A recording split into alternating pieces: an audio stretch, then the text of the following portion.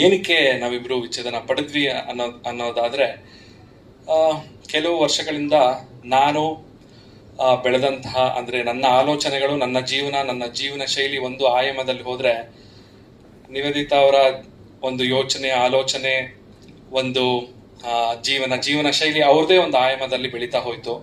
So ಇದ್ರ ಮಧ್ಯದಲ್ಲಿ ಜೀವನ ಅಂದ್ರೆ ಏನು ಅಂತ ನಾನು ಅರ್ಥ ಮಾಡ್ಕೊಂಡಿರೋದು ಮತ್ತೆ ನಿವೇದಿತಾ ಅವರು ಅರ್ಥ ಮಾಡ್ಕೊಂಡಿರೋದು ಎರಡು ವ್ಯಾಖ್ಯಾನಗಳು ತುಂಬಾ ಡಿಫ್ರೆಂಟ್ ಆಗಿತ್ತು. ಅದು ಒಂದಕ್ಕೊಂದು ಹೊಂದಾಣಿಕೆ ಆಗ್ಲೇ ಇಲ್ಲ. ತುಂಬಾ ಪ್ರಯತ್ನ ಪಟ್ವಿ ಕೆಲವು ವರ್ಷಗಳಿಂದ, ಇಲ್ಲ ಸರಿ ಹೊಂದ್ಕೊಂಡು ಹೋಗ್ಬೇಕು ಅಂತ. ಸೊ ಪ್ರತಿದಿನ ನಾನು ಈ ರೀತಿಯಾದಂತ ಒಂದು ಮನಸ್ತಾಪಗಳು ಬರ್ತಿದ್ದಾಗ ಎಲ್ಲೋ ಒಂದ್ ಕಡೆ ಅನಿಸ್ತು, ನನ್ನ ಜೀವನ ಶೈಲಿ ಬೇರೆ ಇದೆ, ಇವರ ಜೀವನ ಶೈಲಿ ಬೇರೆ ಇದೆ.